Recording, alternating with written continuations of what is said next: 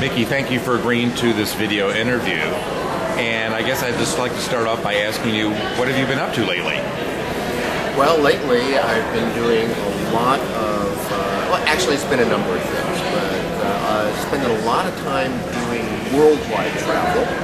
I have two clients that take me all around the world. One of them is the UN, and with the UN we're doing some work mainly with peacekeeping missions around the world, and helping the peacekeeping missions perform a little bit better in their hiring and supervision practices, because usually in a peacekeeping mission, whether it's in Kabul or other areas that the UN is in, they hire about 50% of the people who are locals, and about the rest of the employees are internal UN people.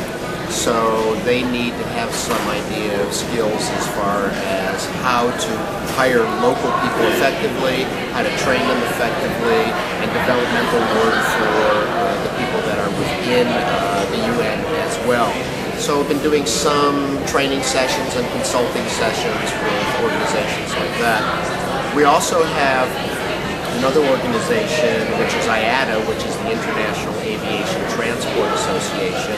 That's worldwide as well. They're pretty much responsible for domestic air travel. And with them, they offer probably around actually 300 courses worldwide. They could be handling hazardous goods, ticketing, cargo handling. Usually most of their members are airlines, airports, security support systems, things like that. But within that course structure, they offer diplomas, and one of the diplomas they offer is a professional training diploma. And we've been given the responsibility for running that part of the program, which means that we deliver courses Singapore, Geneva, that are local training centers, Montreal as well. We're based in Montreal. But also I've been lucky enough to go to places like Kenya and Jordan, Mauritius, and South America, and Thailand, and China, to deliver courses to people there. Mainly courses that were involved in instructional design, training needs analysis, instructional techniques, management and training, managing people performance, those kinds of things. So that's been taking up a chunk of my time. Our business in Montreal also is still involved with pharmaceutical companies and financial companies and transportation, so we're still doing some work in that area.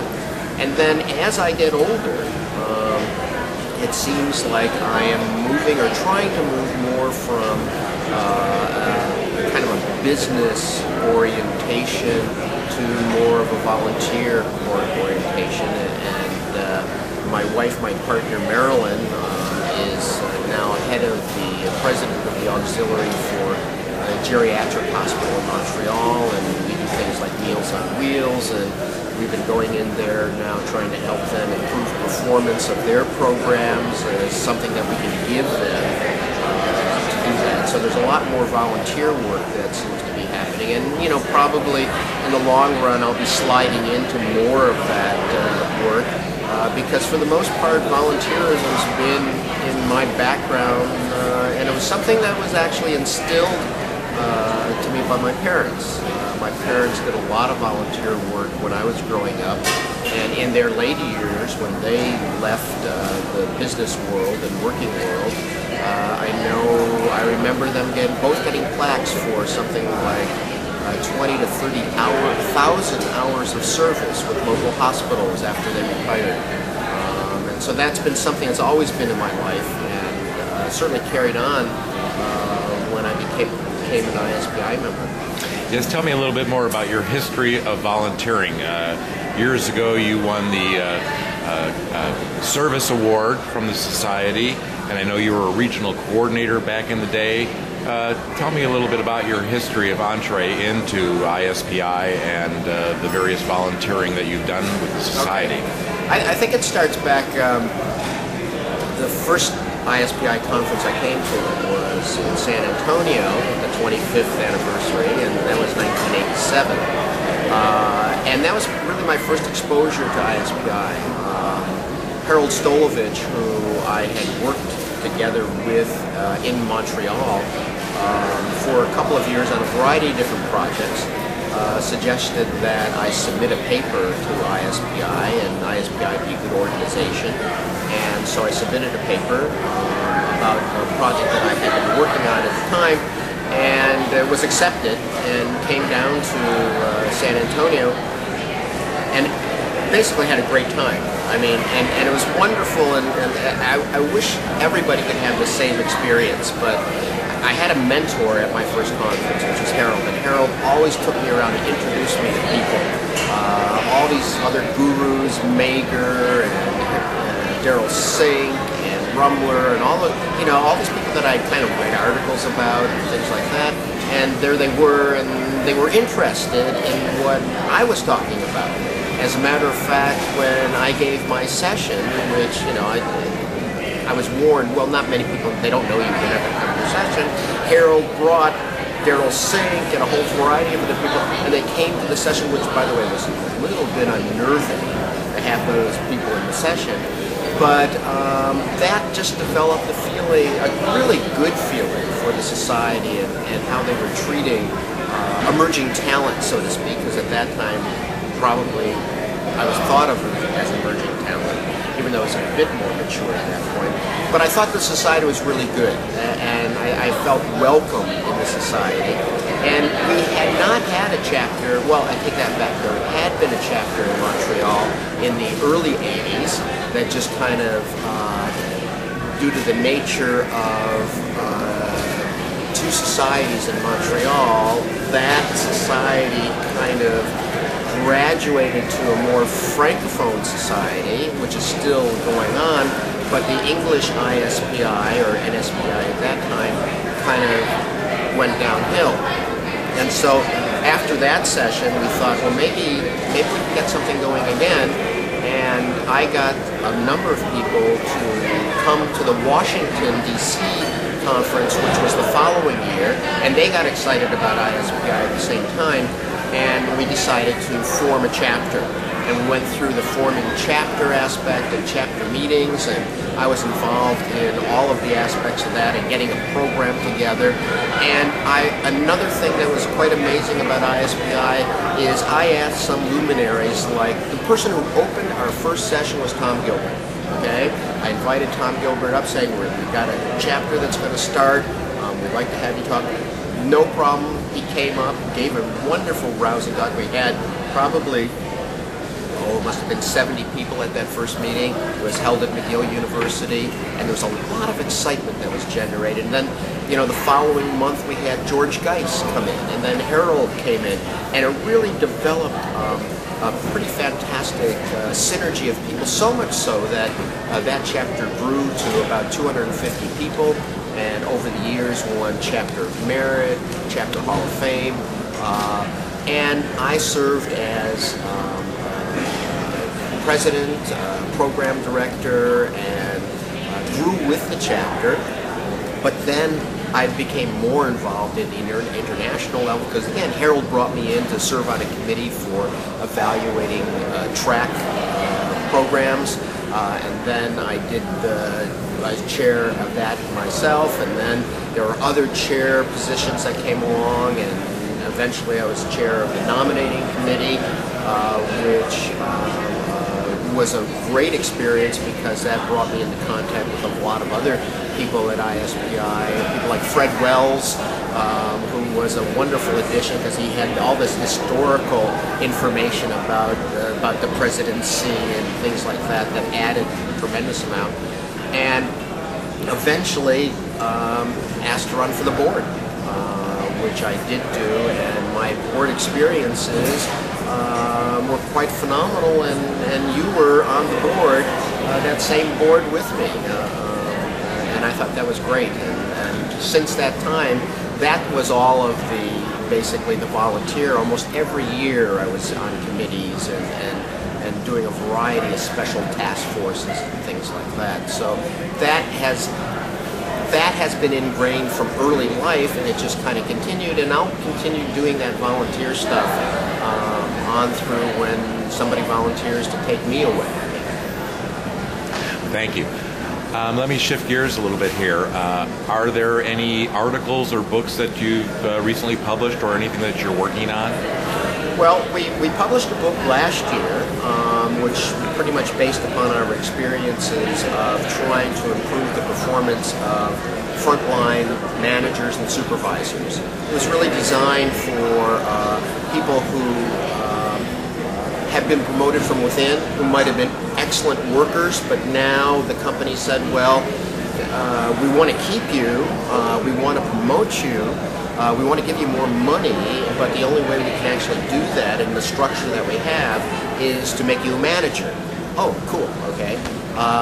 And what we realized, and a lot of the research has shown this over the years, is that within 18 months, about 40% of people who are brought in, promoted from within, as new managers fail, okay? And the worst thing about that was the fact that not only did they not want to be managers anymore, but the experience of trying to be a manager so colored their experience with the company that they not only left being a manager, but they left being in the company.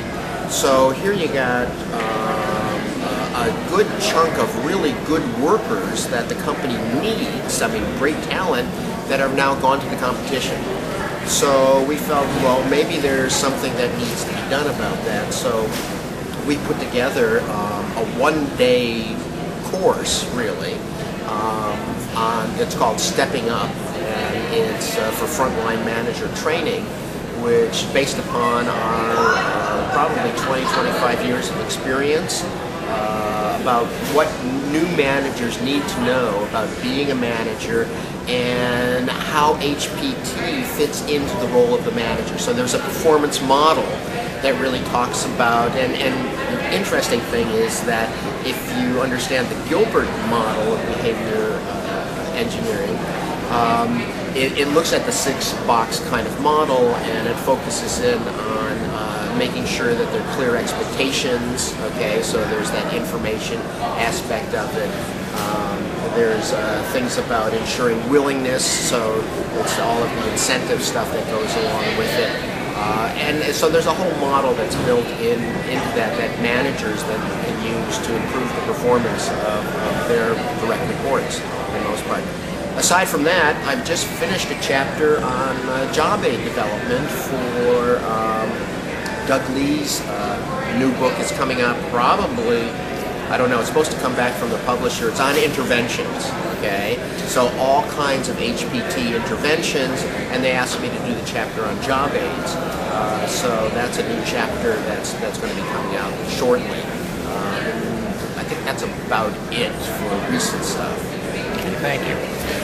Part of the intent of this legacy series for HPT is to have you share stories or memories with some of the people that were important to you back in your early days within HPT, and the people that you can either tell us something you learned from them or a funny story about them, but who would some of those people be that you would like to... Yeah. I have to say that I've been really lucky. And you know, the interesting thing is when you talk to people who are involved in the society, I think that it's been the mentor that has brought them along with that. And certainly early on in my career with ISPI, Harold Stolovich was one that I really looked up to. Now the interesting story about that was that we had a company. I mean, I was teaching at McGill and Harold was teaching at the University of Montreal, but we all did independent stuff at the same time. And we had a company that was doing performance improvement stuff, and I needed materials that we were being produced versioned into French, okay, as well as delivered in French. And so my first meeting with Harold was more the fact that I hired him to do some versioning and instruction for us, and then we worked collaboratively together after that. Harold hired me to deliver some of his courses, and we worked together on materials. But aside from that aspect, from a business point of view, which we learned a tremendous amount about together, Harold really was very much the one who brought me into the society. And the combination of Harold and Erica Keeps as well, we worked together on a lot of different projects, and they introduced me to a lot of people at ISPI. And so, you know, we hung out together at conferences and went to dinners and a lot of social kinds of things. And that worked out really well. And Harold introduced me to Daryl Sink. And Daryl Sink is another stalwart of the society. He's been on the board. He's done a lot of writing, and Daryl actually was kind of interesting. The first session that I was in, Harold brought Daryl, as I mentioned before, to that, and afterwards Daryl said, you know, you do a pretty good job in presentation, and I'm looking for some people to do some presentation of courses that we've developed. Would you like to do that? And I said, well, okay, sounds good. And for probably about 8 to 10 years after that, I was delivering some of Daryl's public seminars all around the United States in instructional design that he had. And we worked together on other development projects as well over the years. And that was a great relationship with Daryl and Jane on that. And you know, they've introduced me to other people and you know, right now, I'm spending a lot of time with Roger Addison because we're on the faculty of the HPT Institute, so we teach together. And Klaus Witt comes in there as well, and so I mean, and Gary Rumler was in that faculty as well. So all of these people would get involved. The circle grows smaller, grows larger, and people come in and out of your life at different times. But pretty much, I would say 100% of my association with the people. And the reality of our society is that it is the people, okay? We have the technology, we have HPT, but it's the people who are employing that technology that really make a difference and have made a difference in my life. And it's the different perspectives and the diversity of ideas and issues that have really formulated who I've become over the years. And it's really standing, you know, it's a cliche, you stand on the shoulders, but they've contributed immensely to who I am and who I've become, and probably who I will become in the future. I remember a story that I've heard you repeat on occasion here about a unique application of human performance technology, and it had to do with graffiti. Could you relate that story to our viewers? Well, one of the things, yeah, most urban places have graffiti problems, okay? And most of the people that I know take it as an insult to them, okay? That, oh, this is my wall and somebody's put graffiti on it, or this is our city and there's graffiti on it. I must tell you, when I was in Russia, in Moscow, I did not see much graffiti. They may handle graffiti a little bit differently there, and the penalties for graffiti might be quite higher than they are here. But in Montreal, there were some graffiti issues, and you know, it's one thing when you put it on a painted wall and you can paint over it, but it's another thing when you put it on brick, okay, and it makes it really difficult. And the city was trying to figure out what to do about it, and there was in a local area, okay, I lived in a part of town in Montreal that's called NDG, which stands for Notre Dame de Grâce, which is the main street that runs through the area. There's a kind of merchants association, and they were being very upset about all the graffiti that was on their stores, and it just cheapened the look. And we all understand what graffiti is about, okay, for the most part. And they wanted to do something about it, and basically they were saying, well, how do we get rid of it? Okay, I mean, can we eradicate it? And the city of Montreal came in to talk to people and said, well, yeah, it's an expensive program, it's chemical, and you know, you eradicate it and it's going to be on there again. So I said, well, maybe we're looking at this the wrong way. You know, we're looking at a kind of a solution to a problem. Maybe we just don't know what the problem really is. And so what I suggested to them was, well, does anybody know any gang members locally or anybody who might be involved in graffiti?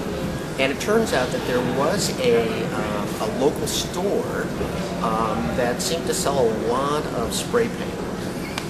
Okay, so we talked to the owner of the store and said, you know, we're trying to figure something out, and maybe somehow we can get graffiti artists, all right, to come in and talk to the local people about what was going on. And basically it took quite a while to get a group of people in, but we did get about 10 or 12. They were coming in anonymously, and they knew there were no police that were going to be there. And we did it that way as best we could. But we tried to figure out, well, what's the real cause of this? Why are you doing this, okay? And for the most part, yes, there were gang issues, okay? But it was a recognition issue, okay? I mean, I'm a kid, and I don't get recognized in school. I have no success in school. And I can see my name or my tag up there, and gosh, it's up there for a long time, and I did it, okay? So I said, well, maybe we can look at alternative ways that you can get that recognition. And we got the city to donate a number of walls in the area that were known as graffiti walls, and we talked to the group and we said, look, these are prominent walls. You can do what you want with those. Do you think you can do that and kind of leave the storefronts for the society to enjoy? They'll enjoy your artwork as well. And let's see what happens. And it turned out that it seemed to be highly successful. Those walls were done. They stayed up for a period of time. And then the city kind of whitewashed those walls to give people another chance to use them. And it really cut down the incidence of graffiti in that NDG area considerably. The city was looking at, the last time I talked to them about it, about seeing if they could do that in other parts of the city. But the issue really was, well, what's the real problem that we're facing? And doing that kind of problem analysis, and are there alternative solutions to that particular problem? And I think that was a way that we use our technology as a way of solving some issues that are out there. Miki, thank you very much for participating in this video interview. You're quite welcome. Good luck.